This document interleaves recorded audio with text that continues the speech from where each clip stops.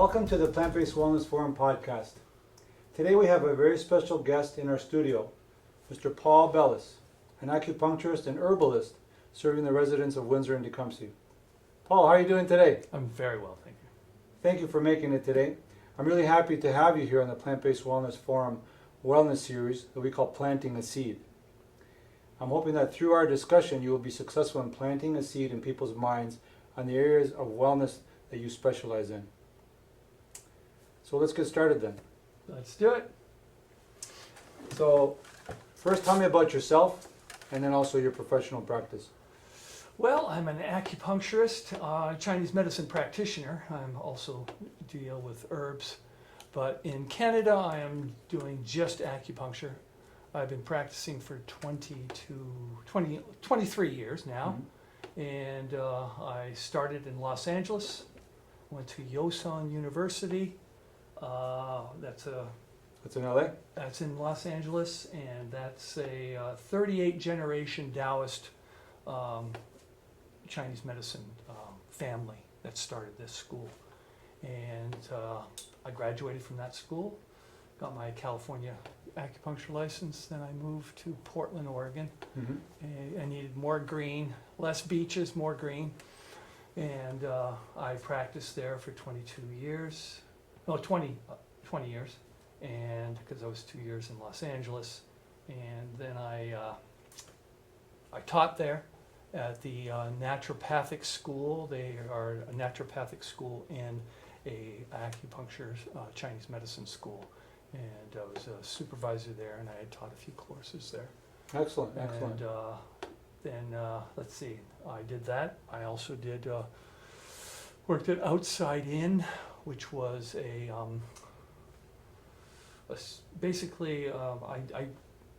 Outside In, I actually was just volunteering there because every Friday I would volunteer there and just give my time and expertise on people that were struggling, low income, people, kids on the street, things like that. There was a naturopath there, there was dentists there, there was a doctor there, there was many practitioners there.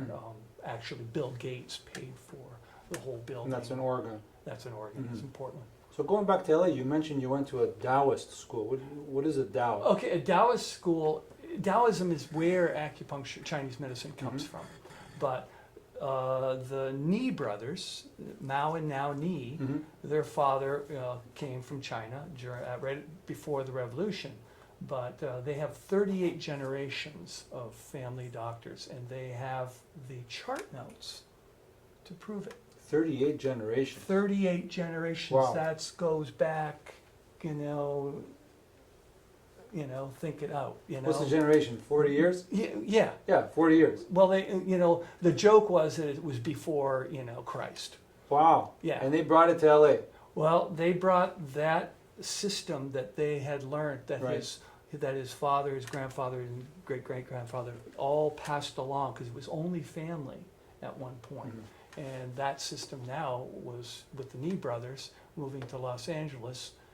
They spread that out, and a lot of people have disagreed, thought, it may be, 38 generation, maybe this is a cell job. Yeah, this is a cell job. But it wasn't actually. There's been people that have gone back and actually, as far as they can. So they brought all these teachings with them, you're saying, and well, there's scrolls teachings, and books. They're chart notes of people they treated. Okay. And they kept it, and so that I see. Okay. And Mao and Dao are also going to pass it on to their kids. And so there was a lot of interesting things. A Daoist would be there's traditional Chinese medicine, and we can get into that part of it. Traditional Chinese medicine is actually what Mao in China came up with. He realized the West was, had all this science, and when he closed down the gates, when he took over, he basically said, get everything you can, and blend these two. We have to have them both blended. you know, because we can't lose the Chinese medicine because that's been around for thousands of years and it's very valuable. But these new things like antibiotics and all these things that are coming into from the West, we want to integrate them. And that's why they called it traditional, which was, you know, kind of another one of those little funny things, because it wasn't traditional.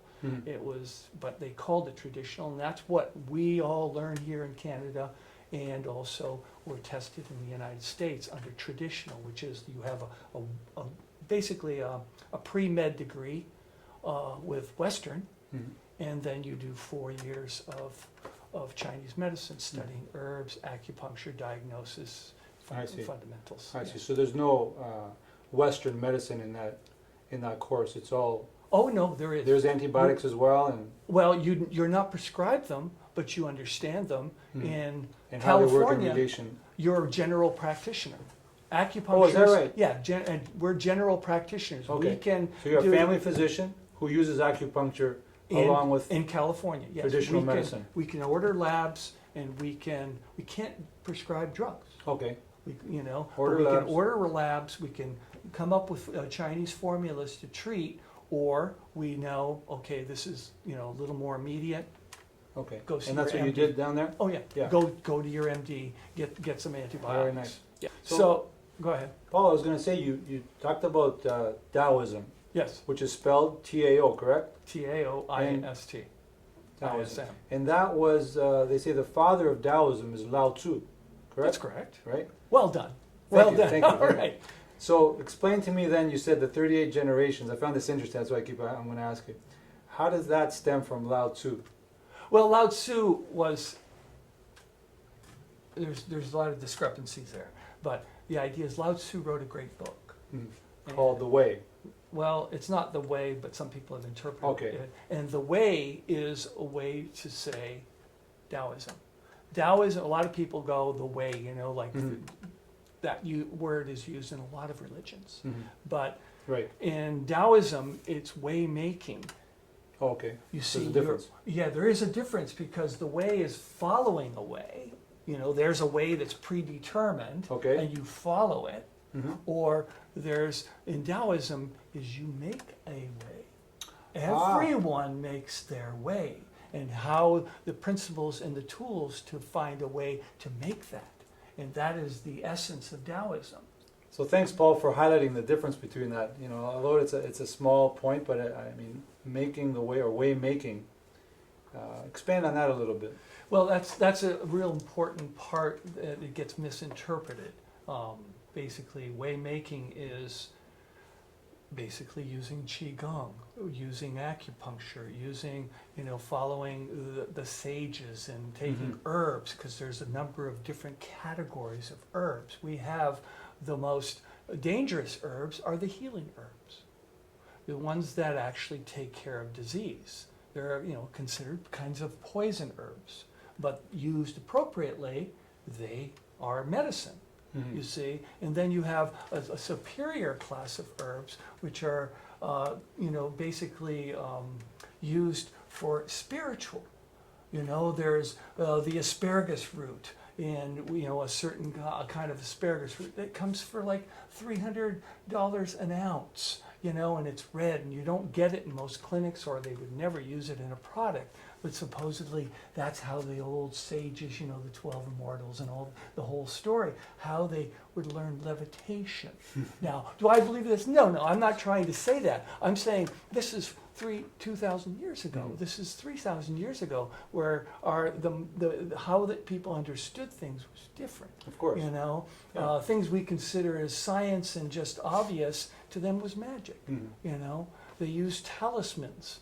They would draw a thing like this after they treated somebody, and they would, fold it in yellow paper, red paper, and then they would, after you treated them, after you gave them the herbs, you would tell the person at 12 noon tomorrow, you burn this and say this incantation. And basically that was my dissertation, was talismans, which was that it wasn't magic. The doctors knew it wasn't magic. They were trying to deal with simple-minded people to get them to heal themselves. And this was a spiritual way of doing that. It's prayer. It was basically trying to have them directing their prayer towards healing. Mm-hmm. And so there's all these different ways that the Chinese have used over years, and the acupuncture, the Chinese herbs, and now people bring in the qigong and the Tai Chi and things like that are not the only ways of healing for them. You Mm-hmm. see, Now, there's so much energy that we have inside our body that can heal many things, right? And a lot of it does start psychologically, spiritually, as you're saying. that's correct. So it's almost like you're describing a placebo type of effect that they used. Well, the No. Princeton study, Yeah. right? Or it was Yale. There was a study at Yale that they were studying basically placebos, Mhm. and most times placebo is considered, nothing. Mhm. It's like but what the study was trying to say is that even antibiotics, even real medicine that they believe that works and Mhm. does things, Mhm. 33% placebo. Mhm. If the person doesn't believe That's interesting. it's going to work, it's not going to work as well as the person that does. Right. It's not, and so the idea is, I'll take placebo any chance I can get, Mhm. along with everything else I do. I want the person to believe. I want the person to have that spiritual life, whatever that may be. It's not like it has to be, this Taoism, or it can be Catholicism, it can be anything, as long as they're using that reflective part Mhm. of themselves, which is the key to healing. So you're bringing up a big element here, even in traditional medicine. So you're saying that even a placebo antibiotic, so a capsule that doesn't have an actual antibiotic, will actually help cure people? Say that again. Even an antibiotic that is actually placebo. If people take a real antibiotic and they take a placebo antibiotic, That's the right. placebo antibiotic can actually help cure their ailment, I'm their infection? saying that 33%, what Right. you see, will include the body. 33%, 1/3 Mhm. of the whole healing process will be ignited, will start, and will it cure a serious problem that's like, Mhm. what stage of infection? Well, no, it's going, but can it cure, like you don't heal you don't use a medication to heal yourself. Yeah, yeah. If You it's know? something minor that hasn't overtaken the body, That's correct. they may not even need the antibiotic, but the fact that they're taking it, they actually feel more comfortable knowing that they'll recover It's happened better and quicker. It's happened so much that Mhm. people do not take anything, and they believe in something, Okay. and it heals. So You that's- see, that's- but that's the big test, is like if when you do something that's very strong, and that's the whole idea of Western medicine, Mhm. is that it's emergency medicine. Right. It's used for strong conditions. Most medicines on the planet that have been around for 4,000 years have been used to prevent those situations. Mhm. And when those situations come, they didn't have that emergency medicine that we have now. Mhm. So, but to use the emergency medicine when, like herbs, foods, like you promote so much, Mhm. the whole idea is food in Chinese medicine is the first line of medicine. Mhm. Very first, do it with foods first. If you need more, go to herbs. Mhm. If you need more, herbs and acupuncture. If you need more, medicine, like, chemicals, and they would go into things like insects, Mhm. you see, because they would like, all these different insects are having strong, properties, and that's what they would use that as emergency medicine. But today, like I say, the way we're taught in California, my antibiotic herbs, Da Ching Ye and these others that I would use that are very strong, are not going to work for this person. I would send right away to a doctor to get, Mhm. So you have to gauge it and see how severe the situation is. Exactly. But you mentioned food, which is interesting, and you're right, I do promote plant-based nutrition, whole food plant-based nutrition, and it's interesting that you say that the ancient Chinese used that as a first line. Oh, yes. And what type of food did they use? And that's the whole thing, is that there's certain foods that you eat during seasonal. Mm-hmm. You see, there's certain foods that you can get for different properties. They look at different properties. We look at, the chemical makeup of a food, Okay. you see, and then what do? We say an orange is vitamin C, Mm-hmm. and Right. then we extract out of an orange, 70,000 milligrams of vitamin C, and we overload that person with vitamin C, and all it is expensive urine, Mhm. because you can only absorb so much vitamin Of course, C. of course. You see, so the whole idea is, how do you deal? They will use foods just like they're like what is it? Their chefs will put things together where they'll use a certain mushroom and it has a cold nature. Mhm. So what will they do? They'll add a spice or something to warm it, to neutralize it, so that the digesting of it will be more assimilated. And that's what you learn in pharmacy more than anything, is the assimilation also, of herbs and foods and all these different things, and how do you add things to help that assimilation. Mhm. So they were using a lot of food science back then. They were looking at the It's very- science, maybe not specifically the vitamin C. Right. And as a matter of fact, Dr. T. Colin Campbell, who's a PhD in biochemistry, has one book called Whole, W-H-O-L-E, and he talks exactly about what you said, that you don't want to just take that vitamin C because it doesn't have all the properties of the whole food. Right. Whereas right now, in I agree. pharmacies and nutrition shops, we have all these individual vitamins, but you're not But getting. they're helpful. You They're think helpful so? in certain situations. Mhm. Certain Certain situations. ones, absolutely, Yeah, like- because it's heavy duty medicine. Right. I call it the heavy artillery. Right, you when know? you need a high dose of vitamin That's C, right. or you need a high dose of, vitamin D or whatever. But otherwise, you have the chemistry, the orchestra of nutrients in the actual whole plant food. So you're saying, it's very interesting to know that the Chinese actually looked at that Oh, first. yeah. And then herbals were the second line. So what is an herbal product? Like, what is an herbal product? How do you make an herbal A product? product, or what is an herbal? A remedy, herbal medicine. Okay, in Chinese medicine they call it herbal formulas. Okay. You see, Mhm. and the first line is knowing, like in the Materia Medica book, this thing. Okay.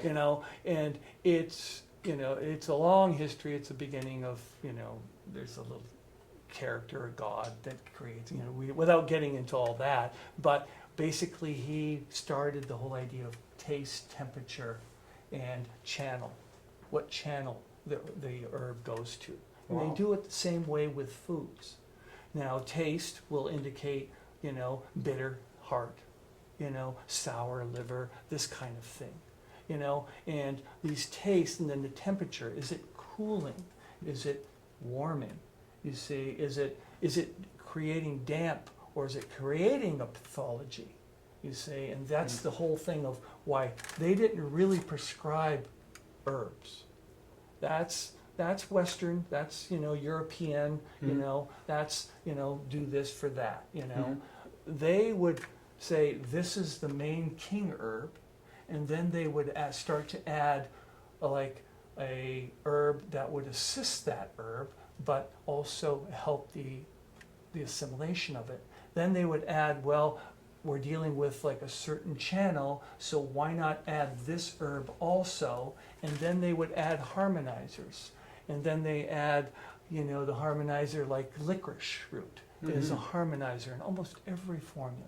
Mhm. It goes to all 12 channels, and you learn these things in Chinese medicine and all these like facts, but it in describing it to anybody that doesn't have that background, it basically is salt and pepper, or if from a different culture, it's whatever they put in every food to just, harmonize it, balance it out. And that's what, and I have examples of that, Mhm. because this book is just one of the patent formulas, Mhm. you see. So this is the way that the patent formula will look. This is, a quick picture of the symptoms that you would be using it for. Mhm. And, these are the herbs and what, the Latin names, and Excellent. also, yeah, and this is for let's say, So these are raw herbs. They're grown in the ground, in the garden? that's correct. Okay, so it has nothing to do with herbal products, which No, are that's why I'm saying commercially this. available. Yeah. Okay, so just so that our viewers But- know the difference. What you just saw was the ones that have these are all products. So These you are have all- a whole compendium of all these different herbs, That's similar to we have the compendium of pharmaceutical products. That's correct. Okay, I get Yeah. it. And but these are like for respiratory, gastrointestinal, Ah, gynecological, genital urinal, cardiovascular, liver, gallbladder, ear, nose, throat, and eyes, and it goes on and on. so before Westernized medicine, how effective is just the Chinese herbal medicine? Before, Yeah, leaving out traditional Western medicine, how effective are these? very effective. Very effective. Very That's why effective. you're in business. Yes, yeah, very So effective. you Yeah. prescribe those. You actually you don't call it prescribing, but you recommend those herbs. Yeah, to they're your very patients? effective. Yeah. That's the whole thing. Just like how effective is food? Mhm. You know what I mean? Very effective. When people change their diet, when they've been eating poorly, Mhm. and they start to eat better, and they do some exercise, they make some changes in their lives. See, and that's another thing about the Chinese. It's not about just one area. Mhm. It's about that change. The I Ching book, the Book of Changes, is another essential book of like Lao Okay. Tzu's book. The idea is I Ching is the book of changes, and everything changes. And you have to, that is part of, like our formulas, these formulas. You will take a formula, and in a week or so, you would check the tongue and pulse again, and you would go, reduce that herb, increase that one, Mhm. take this one right out of there, and let's just start supplementing and giving them a little energy with some chi tonics, Mhm. because they're getting better. And the whole idea is to keep doing that until they are off the formula. Mhm. The key is to get you off, not to put you on. Okay, That is the key of Chinese medicine, is never to be on. it's not to be long term. Nothing is supposed to be long So term. how long do the treatments usually last?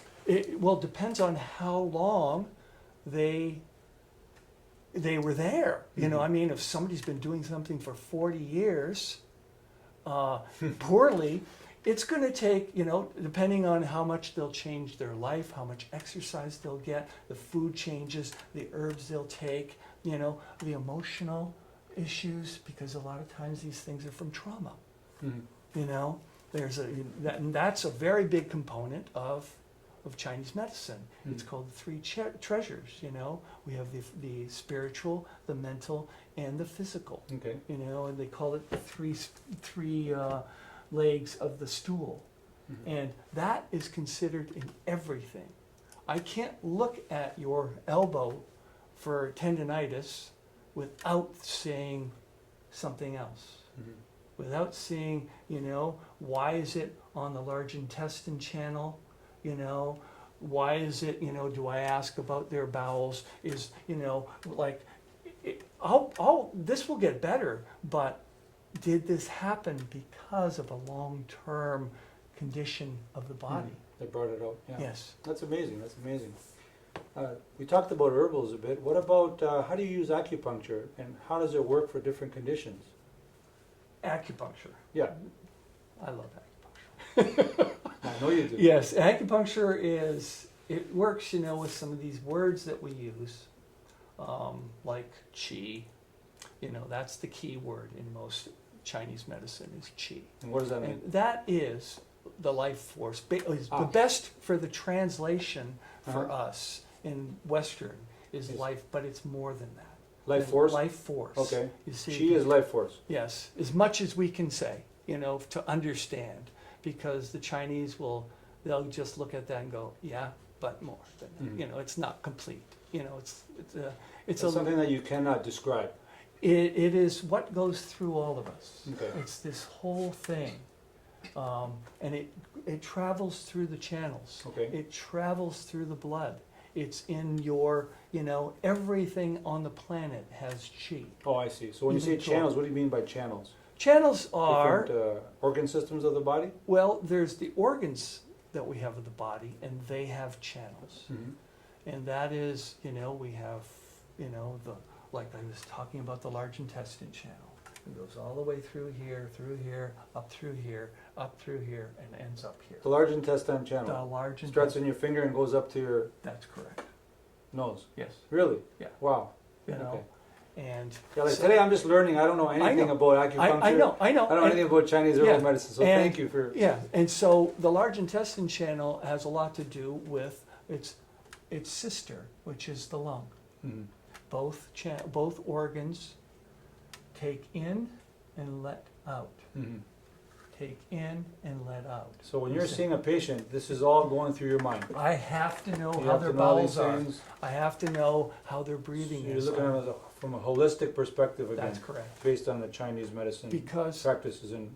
because the teachings. lungs and the large intestine could be affected by something else. Mhm. You see, because if the liver is clogged, you know, and it's the largest container of blood, Mhm. you know, in the body, it's just this big sack, and the person is, you know, drinking a lot or taking a lot of medications because the liver can't filter them all out because Mhm. it doesn't know what they are. Mhm. You know, it's using whatever it is, but then the byproducts are sitting there going, what do we do with this? Mhm. You know, Mhm. we've never broken this down before. We don't even have the capabilities. So it puts it somewhere. And then it causes this liver to start getting slow. It's a filter. This is the way we were taught. And it's a filter. So we move the liver so that we can have free flow and free surge. So people that have constipation problems, things like that, I'm looking at how deep is their breathing. Mhm. At the same time, I'm looking at their liver to see if there's free flow throughout the whole body. And then I'm also looking at, actually, is there heat? Is there cold? Is there, you know, all the different things of the actual Mhm. large intestine organ. Is there any treatments you have for chronic conditions in Chinese medicine, like hypertension, That's type 2 correct. diabetes? Can you Yes. give me an example? For Uh, hypertension, let's say. you mean what points would I use, or Yeah. how? Yeah, let's say, how do you use acupuncture to treat hypertension? Well, You stick the needles somewhere, right? It's yeah, all about the needles. Some would be back here, Uh-huh. and there's the heart channel, Mm-hmm. and then there's the pericardium channel. Mm-hmm. And then there would also be the liver channel. These are things I would rule out depending on the tongue and the pulse. You see, because if I was feeling on the left side, first position, and I'm feeling like on that position, and I'm feeling, you know, something on the other side, and that's like really deficient on the Mhm. lungs, Mhm. I would be able to adjust, and I would say, okay, this has something to do with the lungs and the heart, and the heart has a lot to do with, you know, Mhm. there might be dampness, there might be, you know, things that are slowing down and getting in the way of the heart because of the lungs, because, you know, they have asthma or what have you, all these different conditions. We don't use these names like asthma, and, you know, that's just, you know, modern, you know, people getting trained that way, Okay. you know, to treat these things because asthma's there, you know. We call it, you know, damp, you know, in the lung channel, damp accumulation in the lung channel, Mhm. or these other terms, because that tells us what we can do, you know. That diagnosis tells us what to do. But for the heart, you know, we could also be the liver because there's not a free flowing, so there might be palpitations, you know, in the heart. There also could be, you know, pericardium, emotional stuff. Pericardium is, what is it? It's a sac that covers the heart, Mhm. right? Mhm. Well, in Chinese medicine, they also look at that as the heart protector. Nothing gets into the heart, which is the queen, the king of the body. It's Mhm. the all important of everything. It's the emperor, you know. Right. And the pericardium is the guards around it. Mhm. Now, if they're not right, if they're too tight or too loose, that causes it. So you do pericardium 6, pericardium 8, you know, these kinds of things, and loosen that up, Mm-hmm. you see, and then you'd see the heart being able to be the king or the emperor being able to have free flow again. Mm-hmm. You see, it would be able to function. Now, how long will that happen? Will it just like put a needle in and it fix it? No, because depends on how long it's been worked to that, and also the emotional stuff that's causing that tightness.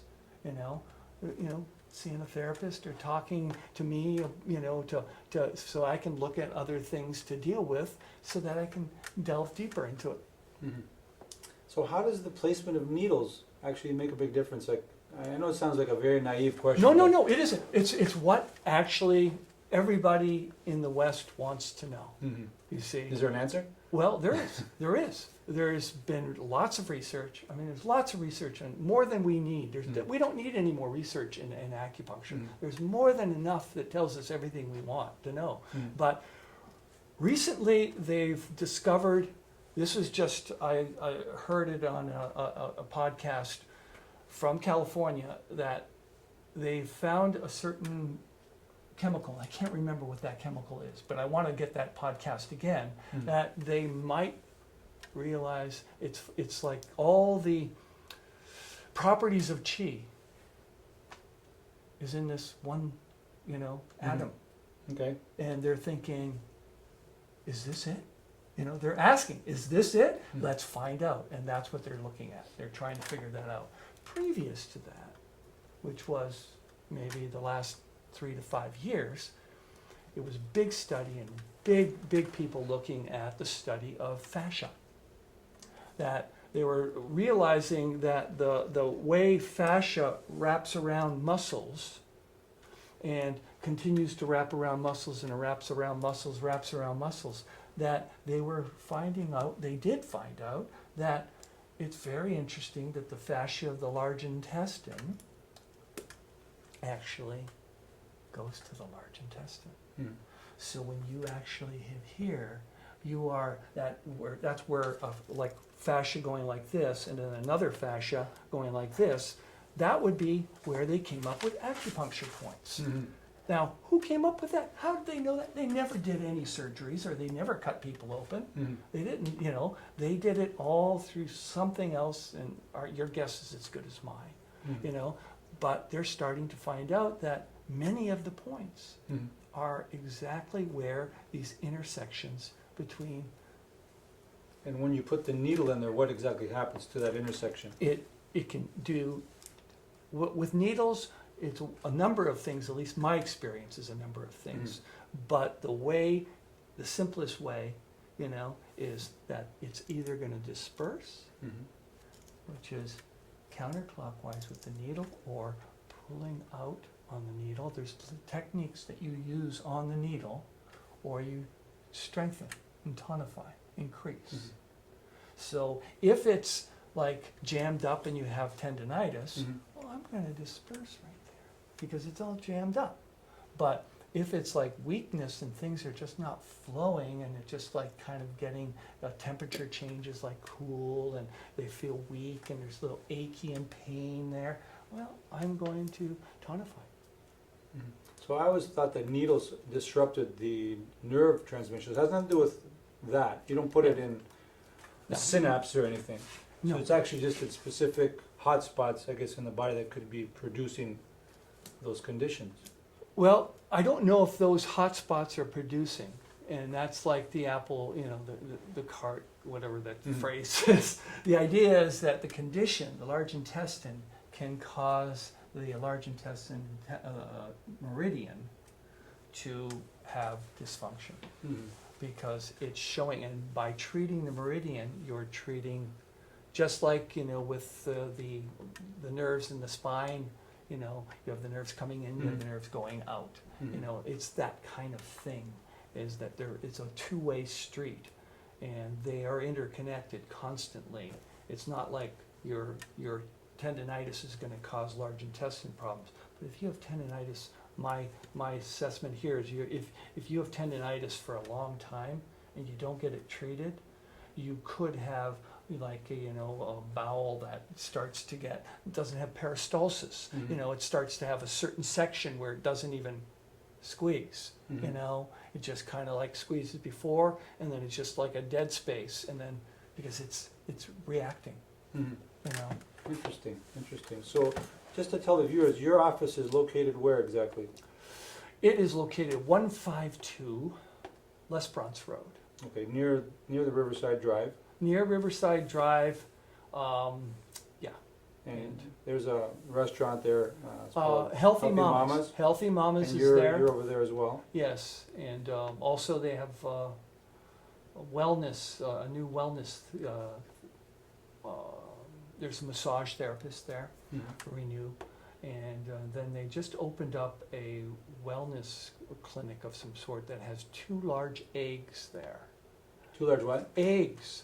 I'm not sure about what they are, but they've spent a lot of money on them, and they seem to be doing really well. You go into this huge egg, and the door, like a little door with a chair comes in, and you go sitting in, and it does this thing where it works on a number of levels, like in sound and all your, and I haven't done it, and so I can't say yes, no, but interest, anybody that wants I've never heard of that before. Me neither. I never heard of it until that they put it interesting. in So there. they're in the same building that you're located Yes, right now. yes. If somebody wants to come and see you, they can call you, they can go on your website. They can, yes, they can. Yeah. And are you the only professional there, the acupuncturist? Do you have other people working with you? I have another acupuncturist, Kimberly Dornan. Oh, okay. Kimberly Dornan is there also. So if you don't want to have somebody that will talk like this to you all the time, you can have somebody that will be different. Yeah. Well, But I love acupuncture. I love Chinese medicine, and I read this stuff on. Oh, I could see that. Yeah. Yes. So what made you go into this field as opposed to anything else? I mean, you have a family, members that are in the health professions. Your brother is a dentist, your nephew is a dentist. I'm not sure about everyone else, but what made you go into acupuncture? Shirley was a chiropractor. Okay. The youngest daughter, yeah. But what made me go into this profession? Yeah. I realized that I was getting old enough, or something was happening in my life where I needed to change. Mm-hmm.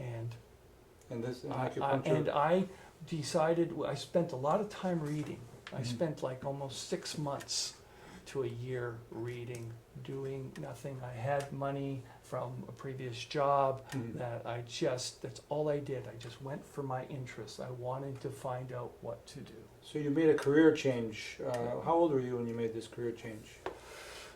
40s.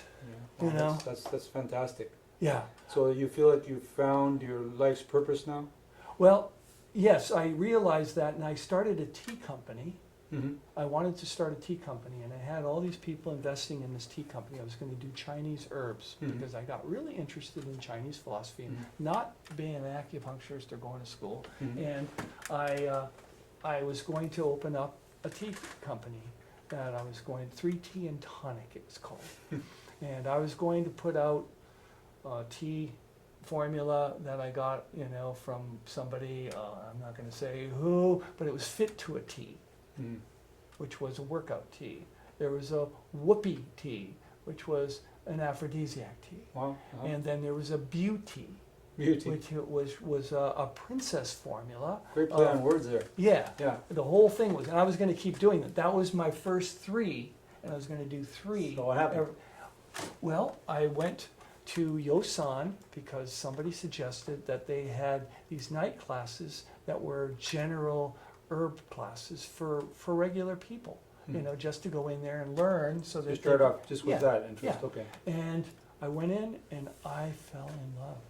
I could see how much you I have a I passion for love talking this about it. stuff. Yeah. Everything, they couldn't give me enough. I was, and that was the first time in my life that I'd ever been that way. Most of the time it's like, what do you want me to do? Yeah, sure, I'll do that. So what you're saying is very important.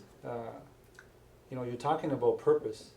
And I give people like yourself tons of credit for making that career change, because we're getting off topic about acupuncture and herbalism for a second, that's fine. But there's a lot of people that will go through life. They've done studies that look at professionals, pharmacists, doctors, lawyers, accountants, and they ask them, well, how happy are you with your life? Well, I made a lot of money, I got a house, this and that, I'm financially well off, but they're just not happy. That's right.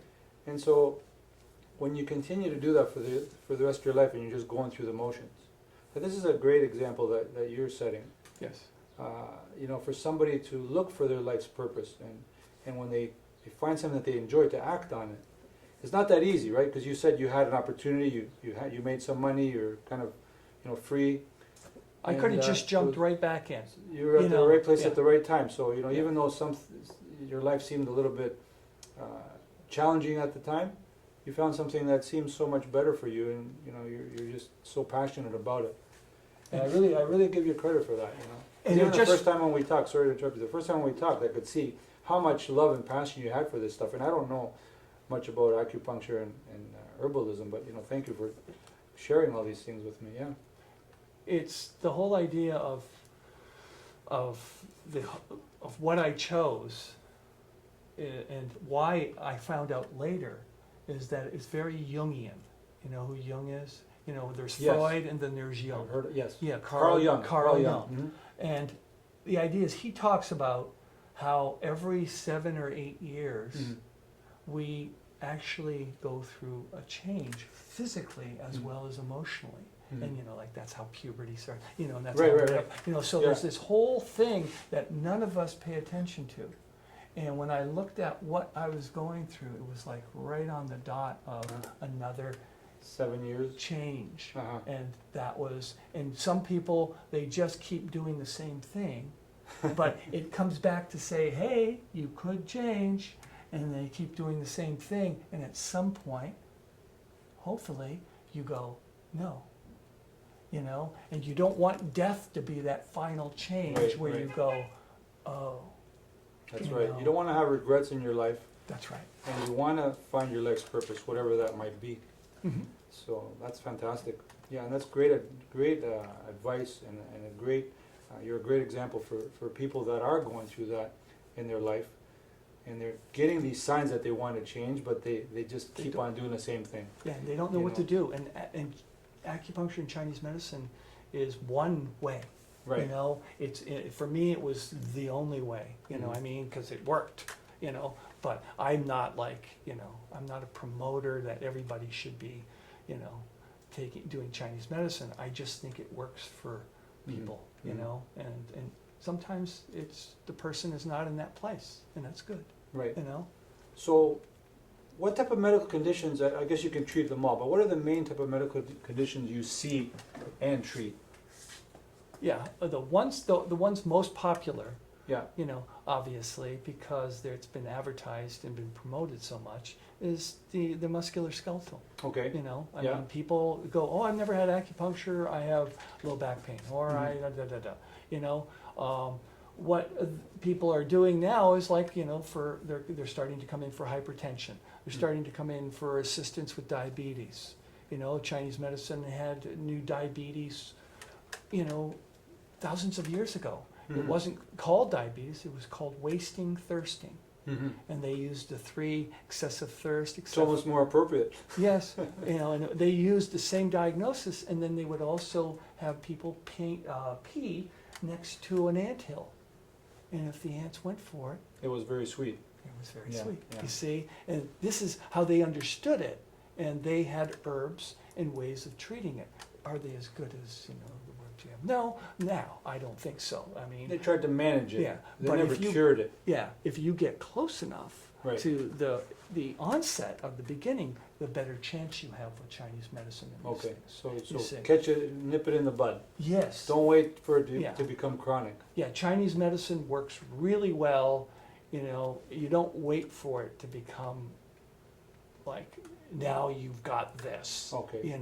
It's when it's starting to show some symptoms. You're starting to notice some changes. So you have to pay attention to your body. That's right. So for musculoskeletal, you're gonna treat it when it's an acute injury. That's right. Yeah. Right? What do you consider acute? Like if you've had an injury for 4, 5, 6 months, that's getting on the chronic side. Can you do anything for musculoskeletal injury that's 4, 5, 6 months? That happens a lot. Okay. Where they've gone to this and now they're taking some pain medication, to relieve them so they can go to work, and they've done the physical therapy and things like this, and it just didn't work for them. Okay. And more likely it's because they didn't do what they were supposed to do. Okay. Yeah. But because physical therapy and these other things are great, You know, that's what Qigong is to us. You know, I tell people, if you're not doing physical therapy, here's some moves. Show them some Tai Chi moves. I'll show them some different, like, simple things for them to do. Just do it. Just do it. Right. You know? But I mentioned before, and I asked you before about hypertension and type 2 diabetes. So you're saying you can catch it just at the beginning. So if somebody's had chronic type 2 diabetes, what can you offer them? I can offer, depending on the symptoms they're having, I could reduce the symptoms, especially in neuropathy. You know, you see things like that. Anything else, you know, whatever the symptoms are, that's going to tell me. Name a symptom of diabetes that you experience. Yeah, the peripheral neuropathy you mentioned. Yes. There's atherosclerosis. There's kidney Atherosclerosis. problems, vision problems. So I could tonify the kidneys. You know, I could actually strengthen. There's a number of ways of strengthening the kidneys. The kidneys are the essence of the whole body in Chinese medicine. It is the thing. That's your Jing. The Jing is your genetics. It has to do with kidney energy. I see. You know, so that is the whole line of Chinese medicine, along with classical and Daoist and you know, traditional, is that there's a whole line of medicine that just deals with longevity, how to live to become an immortal. You know, they worked on that for 1,000 years or so. You know, what herbs to take, what kind of lifestyle, what kind of body movements and exercises to use. You know, did anybody become immortal? Well, in the fairy tales they have 8 immortals that did it. You know, but the whole idea of understanding these stories from the past is that